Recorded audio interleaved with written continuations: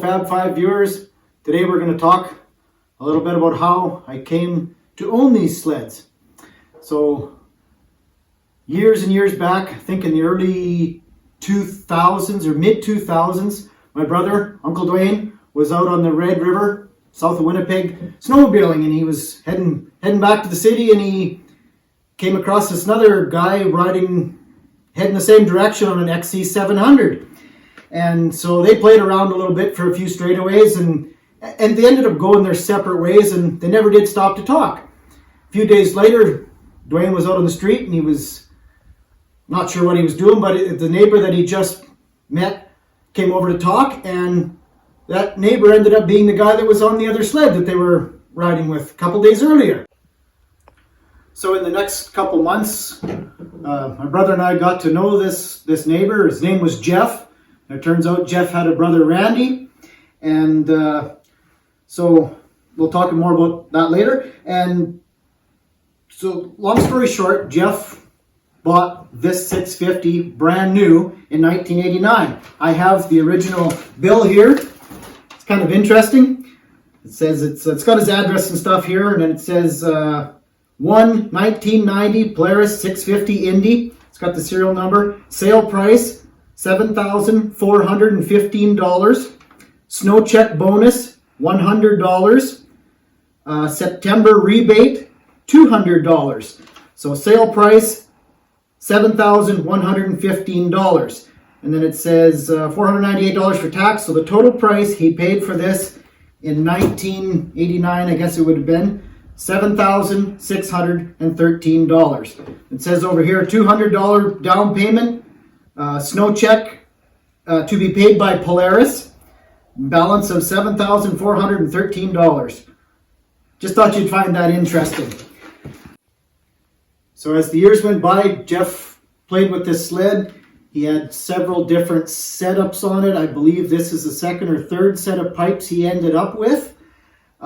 These are PSI pipes, Trail Blaster Stage 1. So after years and years of playing with it, he sold it to his brother, Randy, who then further perfected it, if you will. And then he played with it for a while, and as the newer sleds and stuff were coming out, they moved on to other sleds, so he sold this to another close friend of theirs. His name was also Randy, and he drove it for several years, set up as a triple. And one day he was out on a cold night and he experienced some engine failure. So he decided that he was going to buy a new snowmobile, better suspension, reverse. Don't blame him. And so he phoned up Jeff and said, "Jeff, do you want this snowmobile back? I had an engine failure, want to buy a newer sled, blah, blah, blah." Jeff said, "Absolutely." So I happened to be at their place, the lake, when this friend phoned and asked Jeff if he wanted it back. So I went with them to help load it up. And as soon as I saw this, I thought, I need to own that. Anyways, Jeff took it back, and it still had the triple pipes on it at the time. He took it back, put it together rebuilt it, put a piston in it, cleaned the crankcase all out, did what he did, put it all back together as a single pipe, and he drove it that way for many years. And experienced some engine failures along the way and so on and so forth. And then years later he said, "Dale, you really like that 650, do you want it?" I said, "Absolutely." So he sold it to me, $1,000, bunch of spare parts, engines, spare engine is now in Coltzilla. And so I bought it and I drove it for about 195 miles and the crank failed. So then I put a different crank in it, put new pistons in it. It's overboard a little bit.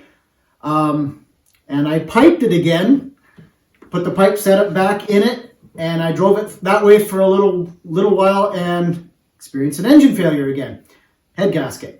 So I took it all apart, put it back together as a single piped unit, and I've been running it that way for many years again, up until last week when I put the pipes on it.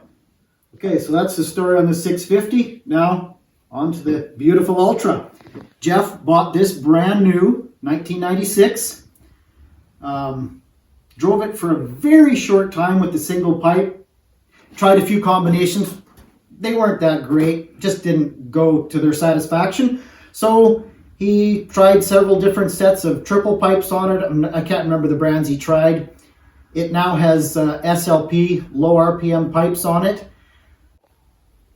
So again, long story short, Jeff played with this for 4 or 5 years till they got it right. And then he sold it to his brother Randy. Are we seeing a trend here? And he further perfected it a little bit, and then more years go by, and as the newer sleds come out, they moved on to other sleds, but he kept the Ultra. And I had known of this throughout the whole time that I've known these brothers, and finally I said, do you want to sell that Ultra? You guys aren't running it much anymore. I would certainly love to have it. And so he said, you know what? Yeah, I'll sell it. So Dwayne and I bought it together, and we went and picked it up, and it came with a spare motor, and it was in gorgeous shape as you see it here now. And yeah, that's about where we're at with that. I have not changed anything on this. This is set up the same way I got it, or we got it. I have changed a few suspension things, but as far as the engine and stuff, that's the way I got it from them. So I cannot take credit for how good these two sleds go. That was all Jeff and Randy. Unfortunately, 2 years ago today, February 15th, Jeff passed away. Although he's gone, definitely not forgotten. So thank you to Jeff and Randy for all the help throughout the years and for the friendship. And thank you very much, guys. Really appreciate it. Oh, by the way, the results are in. We have run the piped 650 versus the XCR. We've run it against the Storm. And all I have to say is, I'm not going to tell you. You got to stay tuned for the video. Thanks for watching. Hit that like and subscribe.